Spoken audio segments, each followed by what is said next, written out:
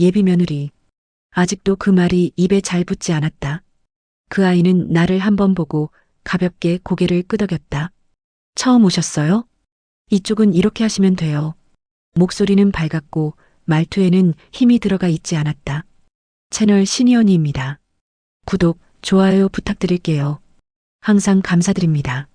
그럼 이야기 시작합니다. 회의가 하나 더 길어졌고 보고서 몇 장을 차 안에서 훑어보다가 집으로 들어왔다. 현관불은 켜져 있었고 신발 한 켤레가 가지런히 놓여 있었다. 아들이 와 있다는 걸 굳이 확인하지 않아도 알 수 있었다. 식탁 위에는 국이 끓고 있었고 반찬도 몇 가지 놓여 있었다. 아들이 차렸을 리는 없고 그렇다고 집에 누가 다녀간 흔적도 없었다. 나는 코트를 벗으며 생각했다. 누군가 다녀갔구나. 아들은 숟가락을 쥔 채 나를 힐끗힐끗 바라보고 있었다. 아들은 어릴 때부터 늘 그랬다. 하고 싶은 말이 있을수록 괜히 밥부터 먹었다. 무슨 일 있니? 내가 먼저 말을 꺼내자 아들은 그제야 고개를 들었다. 눈빛에 쓸데없는 긴장이 묻어 있었다. 엄마, 나 결혼하고 싶은 사람이 생겼어. 나는 국을 한 숟갈 떠 입에 넣었다. 크게 놀라지 않았다. 굳이 반대할 마음도 들지 않았다. 아들이 그런 말을 할 만큼 나이가 찼다는 걸 나도 알고 있었다. 그래서 아들은 잠깐 망설이다가 말을 이었다. 결혼할 생각으로 만나고 있어. 젓가락이 반찬 접시를 스쳤다. 나는 일부러 소리를 내지 않으려고 손에 힘을 조금 풀었다. 괜히 신경 쓰는 티를 내고 싶지 않았다. 뭐 하는 애니? 이 질문에는 여러 가지가 들어있었다. 집안, 학벌, 성격, 나이, 외모. 아들은 그걸 다 느꼈는지 숨을 한번 고르고 나서 말했다. 물류센터에서 일해. 그 말이 끝이었다. 그 다음 말은 나오지 않았다. 이름도 나이도 어떤 사람인지에 대한 설명도 없었다. 그런데 이상하게도 되묻고 싶지 않았다. 마치 책장을 한번 덮어버린 것처럼 마음이 슬쩍 닫히는 게 느껴졌다. 나는 국을 마저 먹었다. 그래.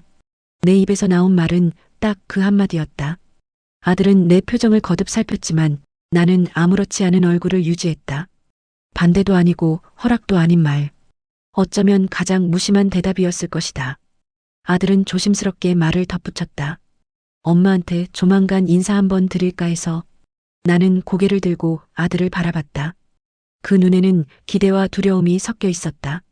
저 눈빛을 모르는 건 아니었다. 나도 젊었을 때 누군가 앞에 저렇게 앉아 있었던 적이 있었다. 서두를 건 없잖아. 아들은 더 이상 말하지 않았다. 그날 대화는 거기까지였다. 식사가 끝나고 아들은 금방 자리를 떴다. 집에 혼자 남으니 괜히 집이 넓어 보였다. 샤워를 하고 나와 옷장 앞에 섰을 때 문득 오래전 생각이 스쳤다. 현장 냄새, 땀에 젖은 작업복, 사람들 사이를 오가던 소리들. 그 모든 건 오래전에 정리해둔 기억들이었다. 나는 그 기억들을 다시 꺼낼 생각이 없었다. 그래서 더더욱 마음이 가지 않았다. 물류센터에서 일한다는 게 문제는 아니지. 머리로는 그렇게 생각했다. 하지만 마음은 다르게 움직였다. 나는 침대에 앉아 휴대폰을 들었다. 비서 이름을 찾는데 오래 걸리지 않았다. 아들 결혼 상대. 근무 중인 물류센터 알아봐. 메시지를 보내고 나서도 한동안 화면을 내려다봤다. 가슴이 뛰지는 않았다. 불안도 분노도 아니었다. 그저 확인하고 싶었다. 괜히 마음 쓰지 않기 위해서, 나중에 실망하지 않기 위해서. 불을 끄고 누웠다. 천장을 바라보며 눈을 감았다가 떴다. 사람 일은 모르는 거니까 미리 보면 되는 거잖아. 그때는 정말 몰랐다. 그 확인이 내가 평생 믿어왔던 기준을 이렇게까지 흔들게 될 줄은. 아침에 눈을 떴을 때 몸이 먼저 반응했다. 늘 같은 시간에 일어나지만 그날은 유난히 몸이 무거웠다. 침대에 누워 천장을 바라보다가 천천히 일어났다. 오늘 하루가 평소와 다를 거라는 걸 몸이 먼저 알고 있는 것처럼. 부엌으로 나가 물을 한 잔 마셨다. 목으로 물이 넘어가는 소리가 유난히 크게 들렸다. 괜히 주변을 한번 둘러보고 아무도 없다는 걸 확인한 뒤에야 숨이 고르게 돌아왔다. 휴대폰이 울렸다. 비서였다. 말씀하신 물류센터 확인했습니다. 수도권 외곽 쪽이고요. 단기 현장직으로 바로 지원 가능합니다. 나는 잠시 말이 없었다. 바로 가능하다는 말이 생각보다 가볍게 들렸다. 사람이 드나드는 자리가 이렇게 쉽게 열리는 곳이었나 싶었다. 그래. 진행해. 짧게 말하고 전화를 끊었다. 결정을 한 건 나였는데 전화를 끊고 나니 손끝이 조금 저릿했다. 사무실로 향하는 차 안에서 창밖을 바라봤다. 지나가는 풍경이 낯설게 느껴졌다. 회사에 도착해도 평소와 같지는 않았다. 보고를 받다가도 숫자가 눈에 들어오지 않았다. 회의 중간에 나도 모르게 시계를 한 번 더 봤다. 내가 지금 뭐 하고 있는 거지? 그 질문이 스쳤다가 사라졌다. 스스로에게 굳이 대답하지 않았다. 확인만 하러 가는 거라고 그 정도로 정리했다. 며칠 뒤 물류센터 첫 출근 날이 왔다. 정장을 입지 않은 아침은 오랜만이었다. 편한 바지에 눈에 띄지 않는 점퍼를 걸쳤다. 거울 앞에 섰을 때 낯선 얼굴이 서 있었다. 괜히 튀지 말자는 생각이 먼저 들었다. 물류센터는 생각보다 컸고 입구부터 공기가 달랐다. 차가운 콘크리트 냄새, 금속이 부딪히는 소리, 바쁘게 오가는 사람들. 누군가의 하루가 쉼없이 쌓이는 공간이었다. 신분증을 목에 걸고 안내를 받으며 안으로 들어갔다. 관리자는 내 얼굴을 한번 훑어보더니 말했다. 오늘부터 같이 일하시면 됩니다. 무거운 거 있으니까 무리하지 마시고요. 무리하지 말라는 말이 조금 낯설었다. 나는 평생 무리하는 쪽에 서 있었으니까. 작업복을 받아들고 갈아입었다. 천이 몸에 닿는 느낌이 어색했다. 장갑을 끼는 순간 손바닥이 괜히 뻣뻣해졌다. 새 장갑 특유의 냄새가 코에 남았다. 작업 라인에 섰을 때 그 아이가 보였다. 멀리서도 금방 알 수 있었다. 머리를 단정히 묶고 다른 사람들 사이를 오가며 움직이고 있었다. 예비 며느리. 아직도 그 말이 입에 잘 붙지 않았다. 그 아이는 나를 한번 보고 가볍게 고개를 끄덕였다. 처음 오셨어요? 이쪽은 이렇게 하시면 돼요. 목소리는 밝았고 말투에는 힘이 들어가 있지 않았다. 딱 필요한 말만 했다. 괜히 친절을 과하게 덧붙이지도 않았다. 나는 고개를 끄덕이며 그 아이의 손동작을 따라했다. 생각보다 동작이 빠르고 정확했다. 주변 사람들이 자연스럽게 그 아이 쪽을 의식하고 있었다. 저렇게까지 할 필요가 있나? 그런 생각이 먼저 들었다. 자기 일만 해도 될 텐데 왜 굳이 옆 사람까지 살피는지 이해되지 않았다. 작업은 생각보다 고됐다. 허리를 숙였다 폈다를 반복하니 숨이 가빠졌다. 땀이 등줄기를 타고 내려왔다. 그때 그 아이가 내 쪽을 힐끗 보더니 말했다. 잠깐 이렇게 서서 하세요. 허리 덜 아파요.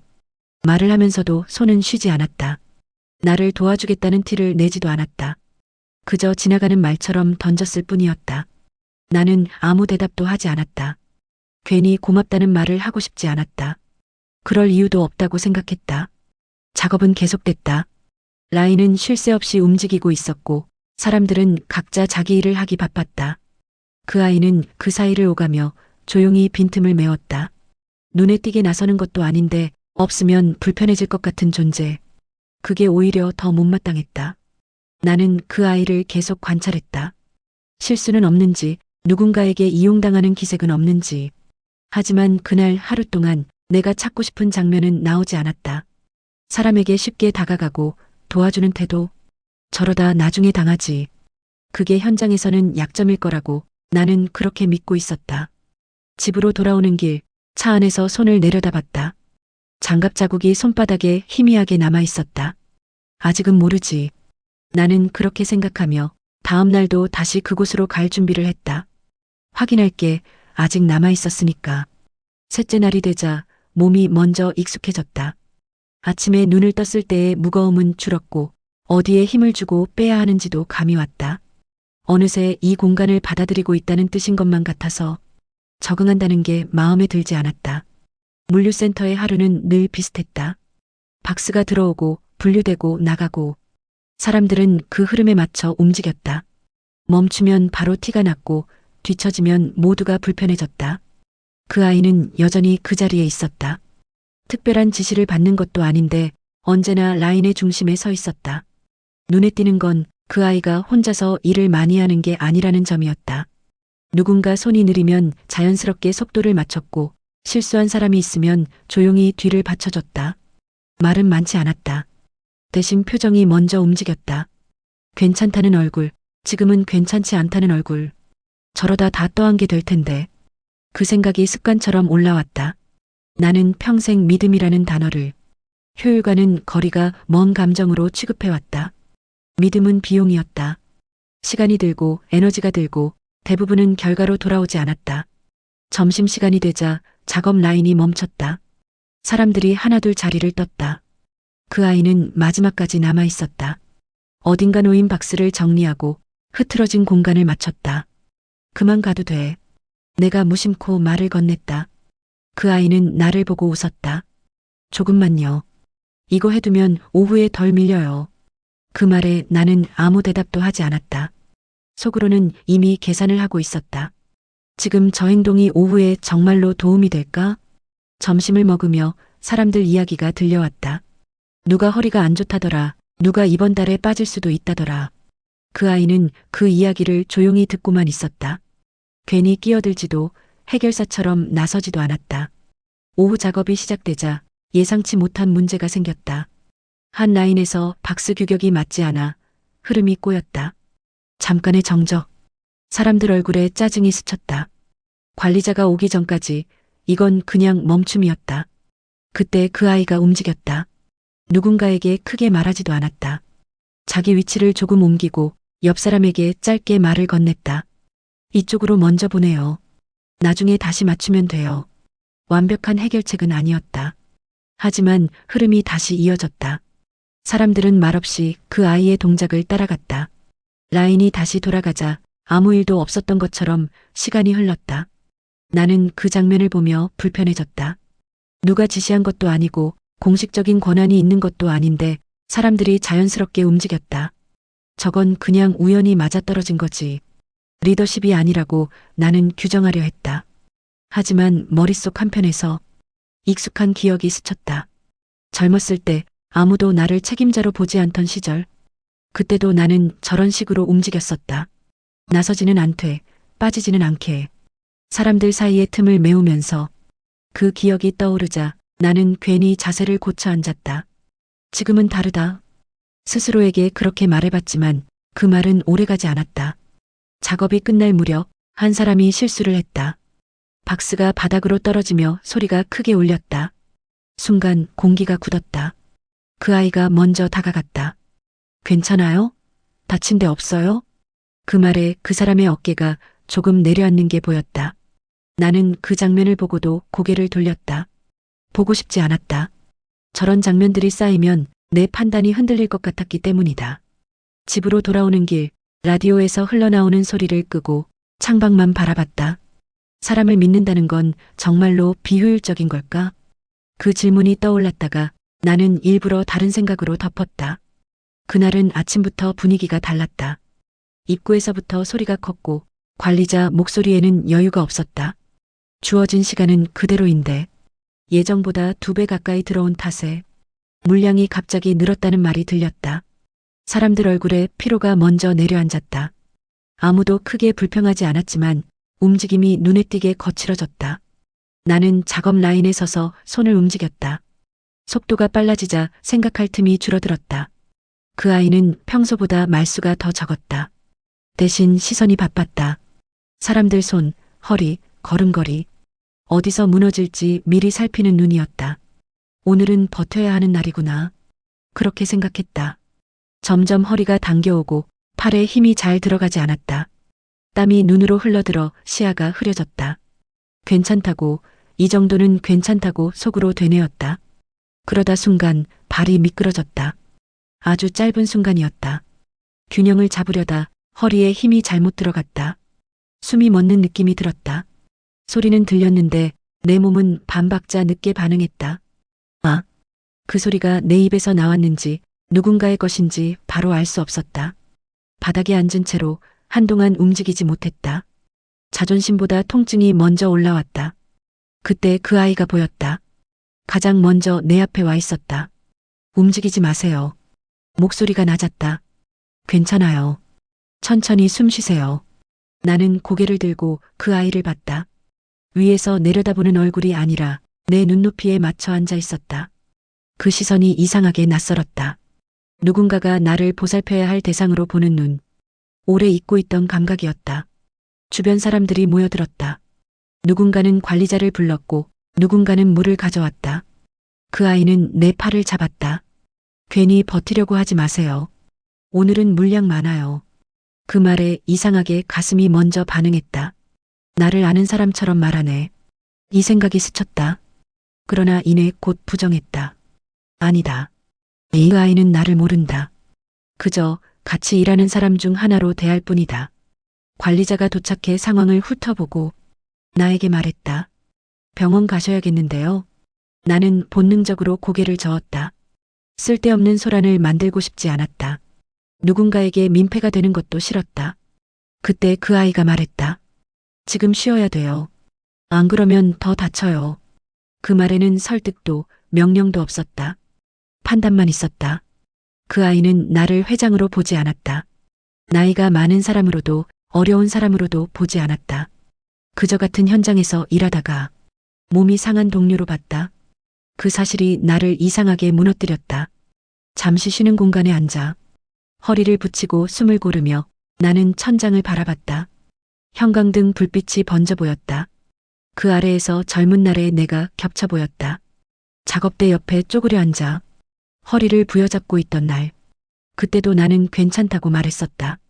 그때 내 옆에 있던 사람은 남편이었다. 버티지 마. 오늘은 여기까지 하자. 그 목소리가 그 아이의 목소리와 겹쳐 들렸다. 나는 눈을 감았다. 잠깐이었지만 호흡이 흔들렸다. 그런 말을 들어본 게 언제였지. 그 아이는 물을 건네고 조용히 자리를 떴다. 다른 사람들 쪽으로 돌아가 자기 몫을 다시 채웠다. 아무도 그걸 지시하지 않았다. 그런데도 라인은 다시 굴러갔다. 나는 그 모습을 보며 처음으로 깨달았다. 그 아이가 손해를 보고 있는 게 아니라 사람들 사이에서 신뢰를 쌓고 있다는 걸. 그리고 그 신뢰가 지금 이 현장을 붙들고 있다는 걸. 그날 작업이 끝났을 때 나는 혼자 남아 신분증을 손에 쥐고 있었다. 플라스틱 카드가 유난히 가볍게 느껴졌다. 나는 뭘 확인하러 왔던 거지. 그 질문이 이번에는 쉽게 사라지지 않았다. 몸이 완전히 회복되지는 않았다. 아침에 일어나 허리를 펴는데 시간이 걸렸고 잠깐 멈춰서서 숨을 고르는 버릇이 생겼다. 그런데도 출근을 하지 않을 수는 없었다. 이제 와 빠지면 내가 여기 온 이유가 더 흐려질 것 같았다. 물류센터 입구에 들어서는 순간 차가운 공기가 얼굴을 스쳤다. 익숙해졌다고 생각했는데 몸은 아직도 먼저 반응했다. 나는 아직 이곳 사람이 아니다. 그 생각이 이상하게 나를 긴장시켰다. 작업대에 섰을 때 그 아이는 어제처럼 먼저 말을 걸지 않았다. 대신 눈으로만 나를 살폈다. 괜찮은지, 속도를 따라올 수 있는지. 그 시선이 부담스럽지 않았다. 감시가 아니라 배려라는 걸 이제는 알 것 같았다. 오늘 물량은 평소 수준이었다.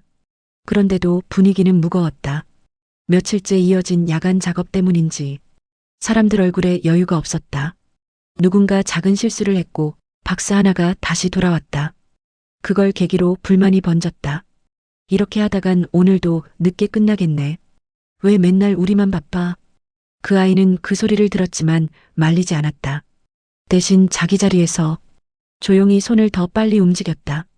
그러다 한번 내 쪽을 힐끗 봤다. 오늘은 무리하지 마세요. 낮은 목소리였다. 다른 사람들에게 들리지 않게 정확히 나에게만 닿는 말.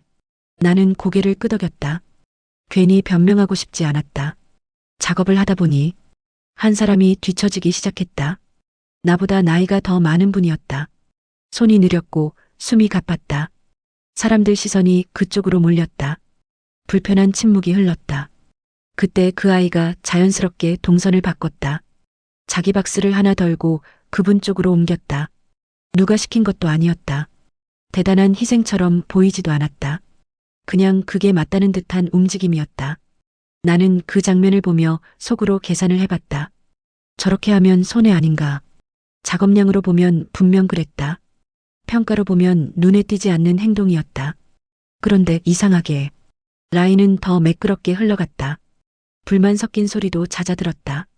사람들 표정이 조금씩 풀렸다. 나는 그제야 깨달았다.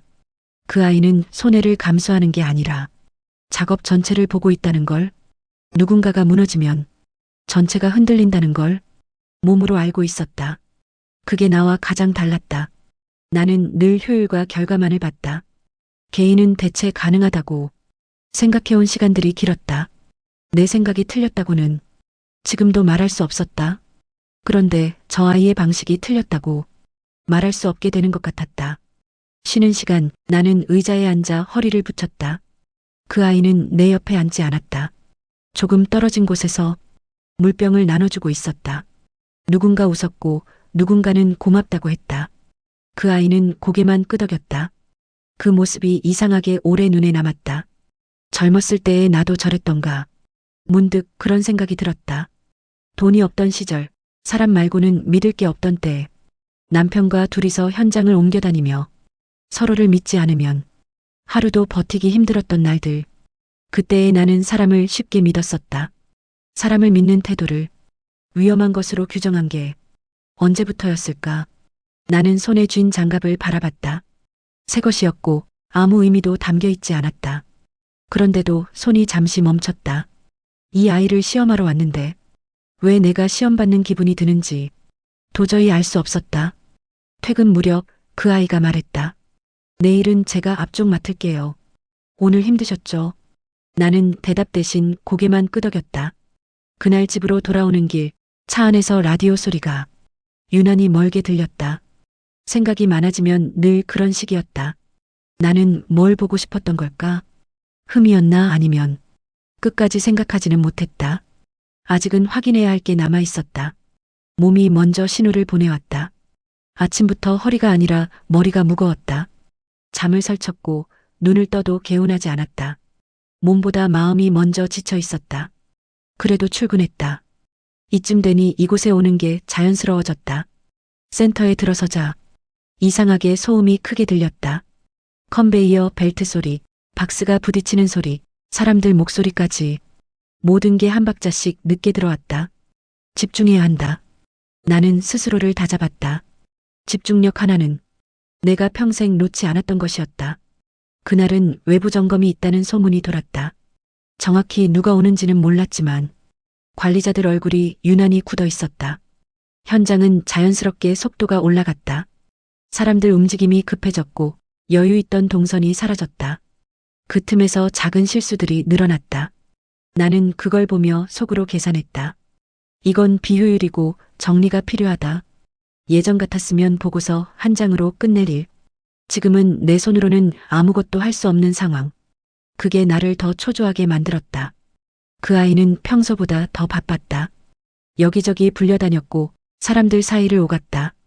웃음은 줄었지만 말투는 여전했다. 누군가에게 짜증을 내지도 불만을 터뜨리지도 않았다. 그게 이상하게 오늘은 거슬렸다. 지금은 저럴 때가 아닌데. 내 안에서 익숙한 판단이 고개를 들었다.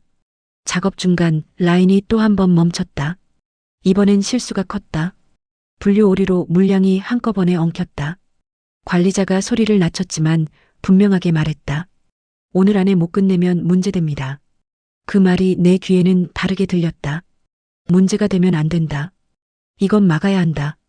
그 순간 나는 더 이상 같은 노동자로 있지 못했다. 몸은 여기 있었지만 판단은 내가 가장 익숙한 자리로 돌아갔다.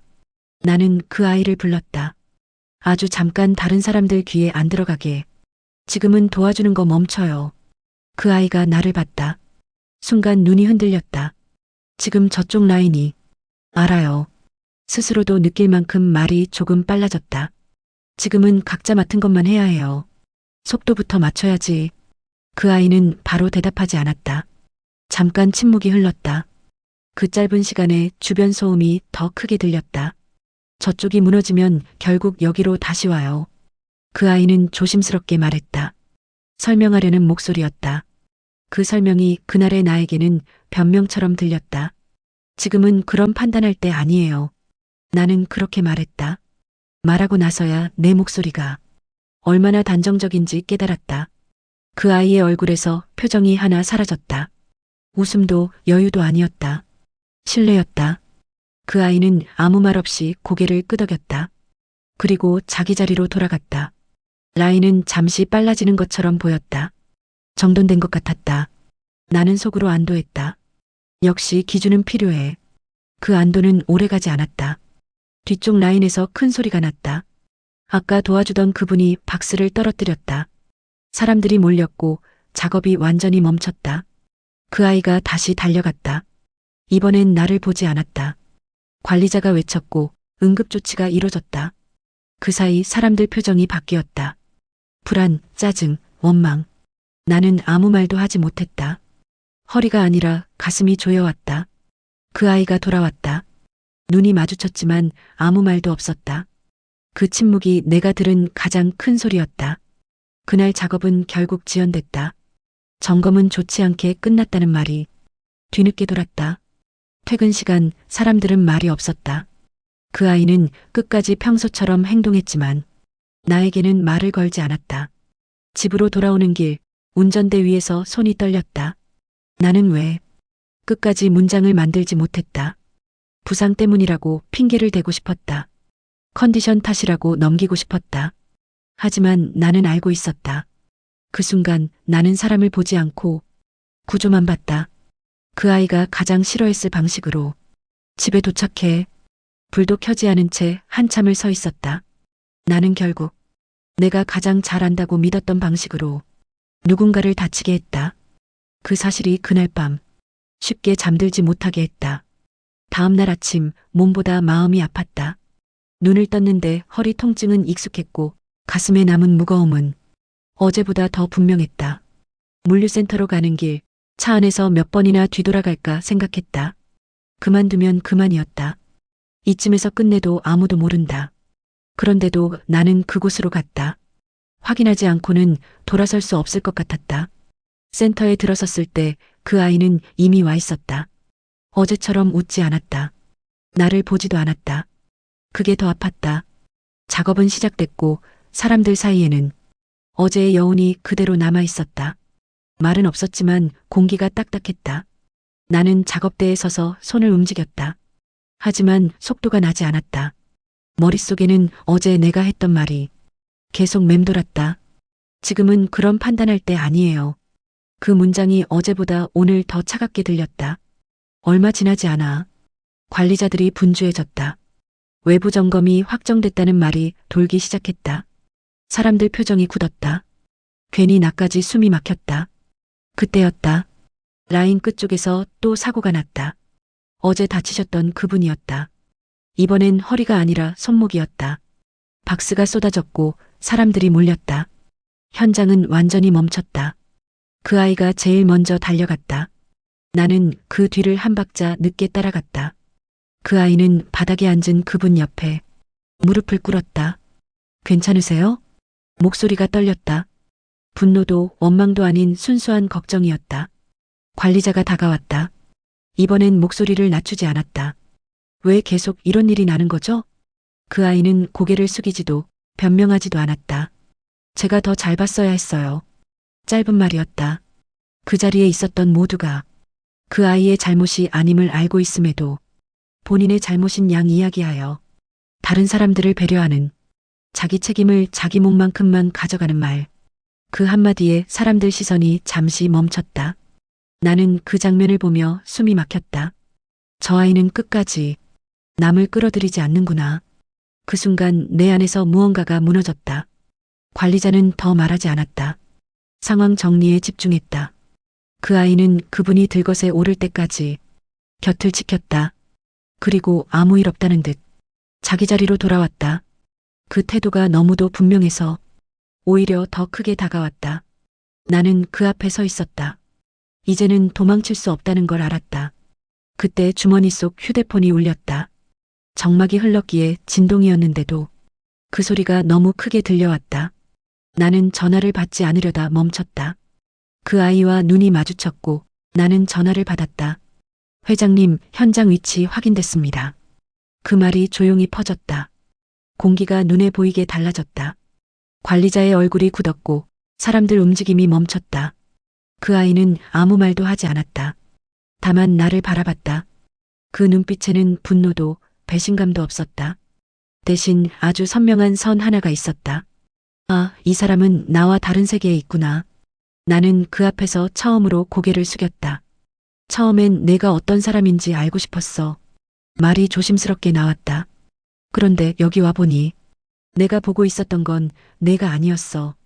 그 아이는 고개를 갸웃하지도 않았다. 내 기준이 얼마나 쉽게 사람을 재단하는지 그걸 확인하고 있었던 것 같아. 그제야 숨이 조금 내려갔다.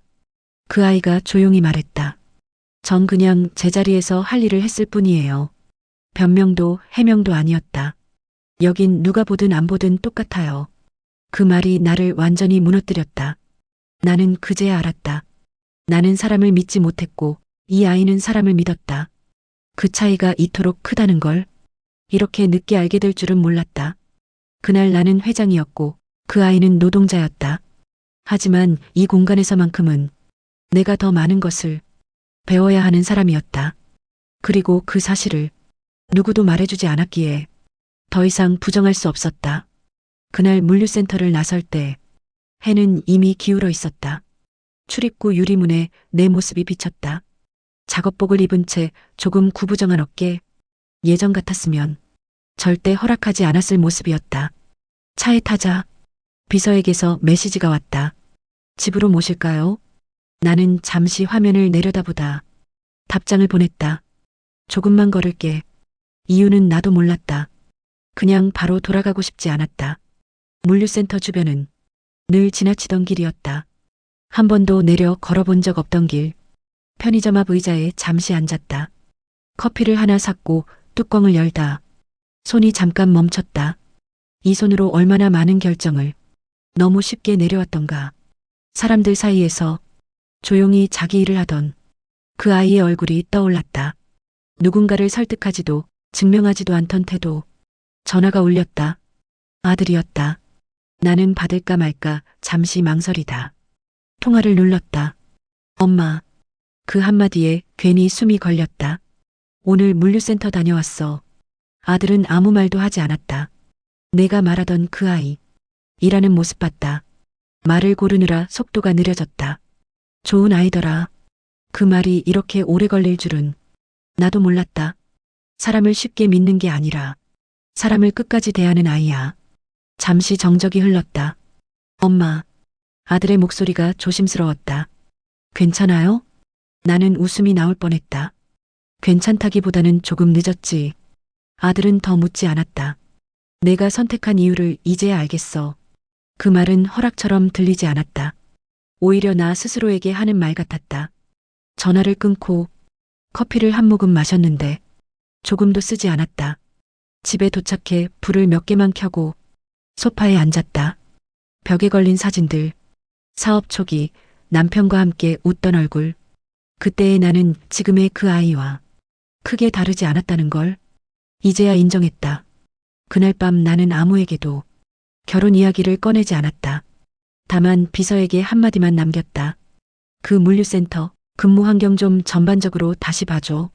이유는 설명하지 않았다. 다음 날 그 아이에게서 메시지가 왔다. 어제는 많이 놀랐습니다. 그래도 그동안 같이 일할 수 있어서 감사했습니다. 나는 잠시 망설이다 답장을 보냈다. 내가 더 미안하네. 고맙다는 말은 내가 해야 할 것 같아. 그리고 한 줄을 더 보냈다. 혹시 괜찮다면 다음에 따로 밥 한번 먹자. 휴대폰을 내려놓고 창밖을 봤다. 나는 아직 완전히 달라지진 않았을 것이다. 그래도 확실한 건 하나였다. 나는 이제 사람을 보기 전에 직업을 묻지 않을 것이다. 그리고 사람을 판단하기 전에 내가 어디에 서 있는지 먼저 돌아볼 것이다. 한 발 내려온 자리에서 세상이 조금 다르게 보였다. 그게 이 늦은 나이에 내가 얻은 가장 조용한 변화였다.